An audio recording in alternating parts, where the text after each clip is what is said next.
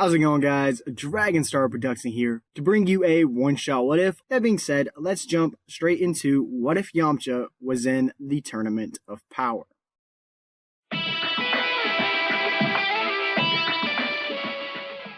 So, if you guys are caught up with the most recent manga, some of the minor characters have been getting some shine against Moro and Moro's crew. This includes Yamcha. But Yamcha didn't get any shine in the Tournament of Power. So, in this what if, we're going to make that happen. And for this to happen, basically, whenever Majin Buu falls asleep and Goku and the others are looking for a replacement, they try to think of who they can recruit. And that's when Yamcha's music hits. And with the lights flashes back and forth, Yamcha makes his own big entrance like he was planning to do. Yamcha doing this would give everyone the idea about him joining the team, and of course Yamcha accepts because they clearly need him for this tournament. However, all jokes aside, Krillin then pulls Yamcha aside and tells him, "This is something really serious, man. We have to make sure we're ready, even if we aren't." But this is when Yamcha tells Krillin not to worry, saying that he's been kinda eavesdropping around and knew about the tournament a lot sooner, so has been training a whole bunch and even perfected some new and old moves. Yamcha then asks if Krillin would like to see, and Krillin laughs. "Oh, you're in for it, buddy. I fought Goku in blue."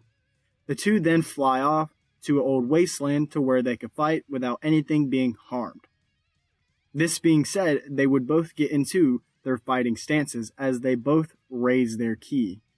They then charge at each other at a rapid fast speed, but as soon as they go to punch, their first fist nails Goku across the cheek. Goku then screams, "Ow," but then says that he saw them fly off and didn't want to miss a good sparring match. But he will wait until they get done and fight afterwards.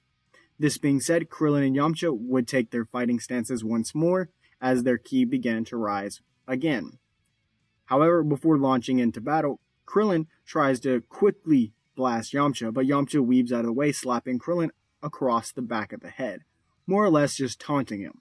Krillin then turns fast, and him and Yamcha begin to trade blows back and forth until Yamcha slides under Krillin and tosses dirt up into his eyes and apologizes as he kicks him straight across the jaw.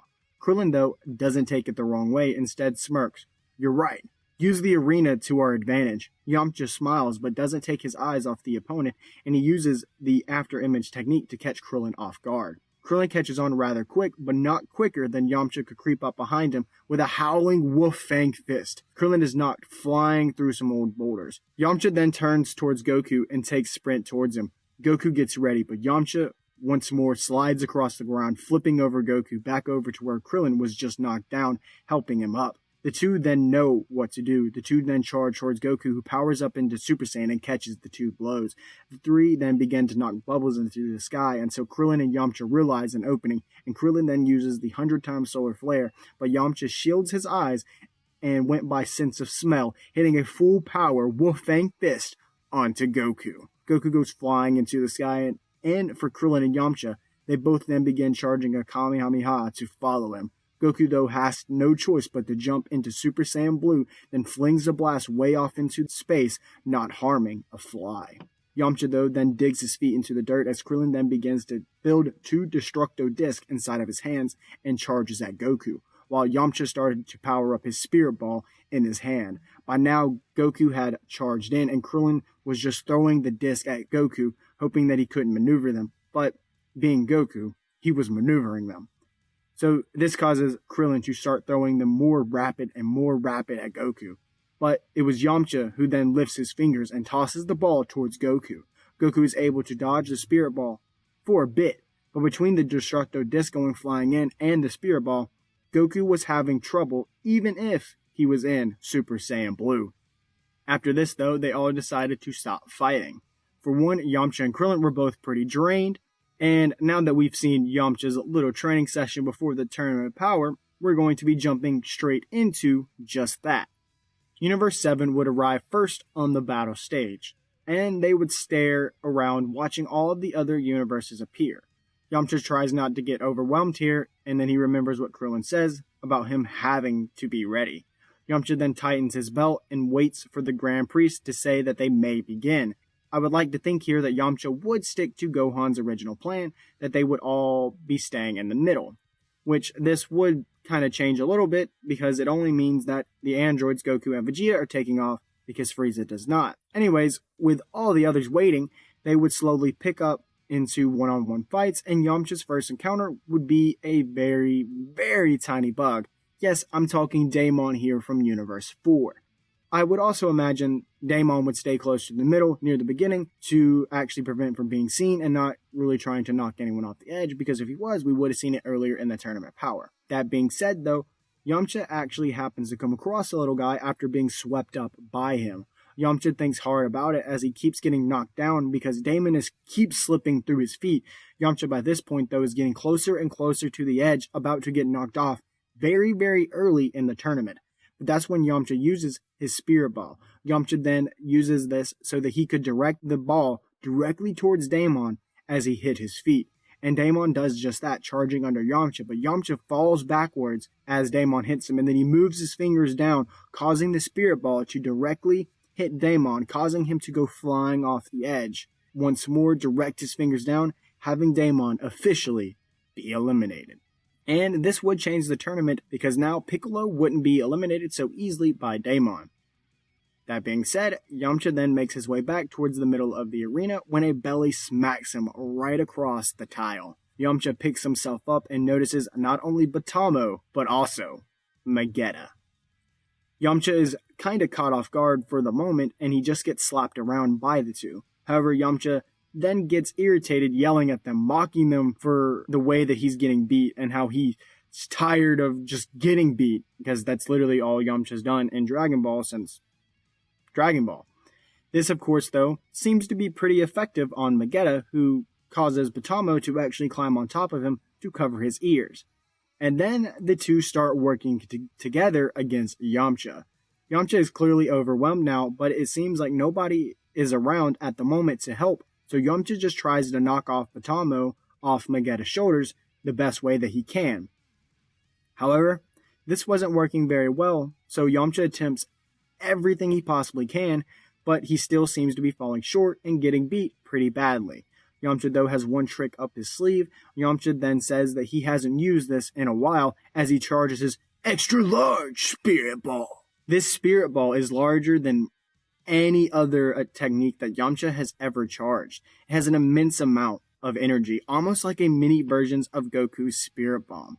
Yamcha then tosses it towards the two from Universe 6, and the ball catches direct contact. However, this doesn't take them down, but it does knock them back. Yamcha then uses both hands to start throwing the ball over and over, repeatedly knocking the two back further and further until finally pulling the Spirit Ball far back enough that releasing it caused the two to go crashing off of the edge. So the Spirit Ball has become a big factor for Yamcha in this tournament. However, Yamcha would be very, very exhausted after using so much energy, and all he could do is crawl back to the center. However, once more, Yamcha was stopped, and this time, with his hands being crushed as it was stepped on.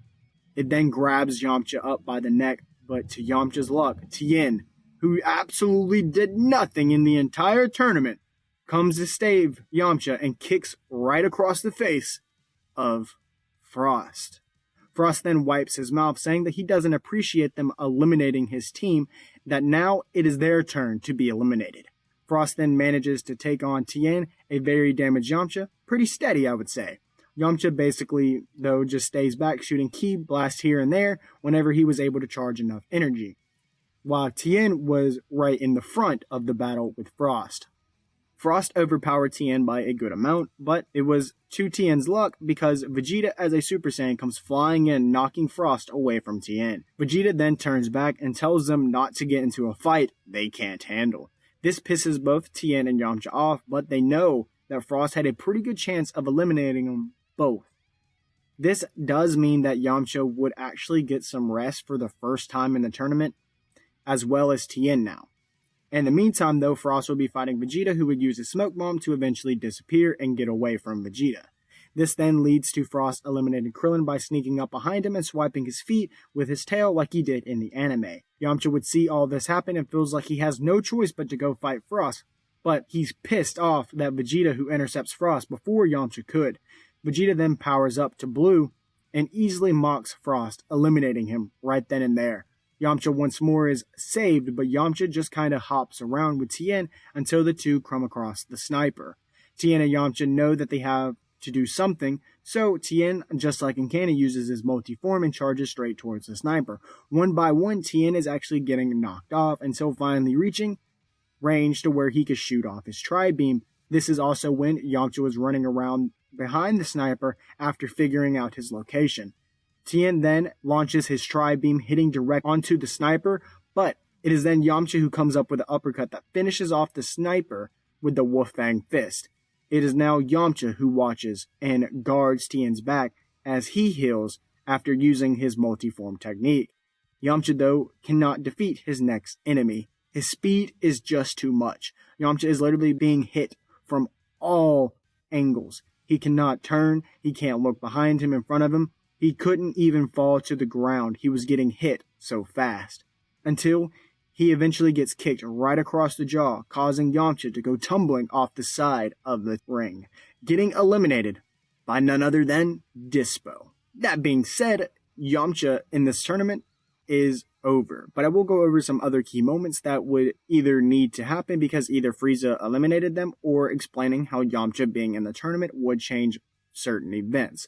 I'll start with Razel, who was one of the first people eliminated by Frieza, who I feel like could have been eliminated by literally anyone, but we'll just say in this timeline that Vegeta picks up Frieza's slack and eliminates his goons because in the anime where they were wanting to fight the same people. However, we'll say that Tien is then knocked off. This time, instead of the sniper, he's took out by the instant transmission using Jamise from Universe 2. Gohan, though, then comes in flying in, and he actually manages to overcome the instant transmission and eliminate Jamise alone, not needing Frieza's help. Piccolo would be there more in aiding Gohan against Dispo because he wasn't eliminated by Daemon, like I mentioned earlier. And then I would also say that the two would be able to fight pretty well together with all their experiences, but I'd say Piccolo would eventually end up sacrificing himself to save Gohan and eliminate Dispo. Everything basically after this takes place as normal, except it is now Gohan instead of Frieza. So Goku still goes Ultra Instinct Omen and Master Ultra Instinct as well, as Vegeta then breaks his limits in achieving Blue Evolution. Our ending finished. Instead of a Goku Frieza, we're going to have the father and son flashing in and out of Super Saiyan until finally headbutting Jiren right in the gut, knocking both Jiren and themselves off the ledge. This then would leave, like in canon, Android 17 as the sole survivor who wishes to bring all the universes back. So, yep, even with Yamcha, we have a successful ending in the Tournament of Power. However, I'd also like to add, I really thought about Yamcha somehow landing on some random ring part and surviving as well, or maybe even being the sole survivor. But I felt if I gave Yamcha some good exposure, hopefully we will continue getting this in both the Dragon Ball Super manga, as well as whenever the anime returns. Anyway guys, that has been What If Yamcha Was in the Tournament of Power. Make sure you hit that like button, subscribe to the channel, and turn on that bell notification to get any alerts. Follow us on Twitter, join the Discord, and like us on Facebook. Now Frieza, take us out of this video. I am Lord Frieza, Emperor of the Universe, and I advise you to like this video and subscribe to Dragonstar Productions, or you'll force me to use 100% of my power. Oh, ho, ho, ho. But that won't be necessary because you've already hit the bell for all alerts and notifications. Ho, ho, ho, ho.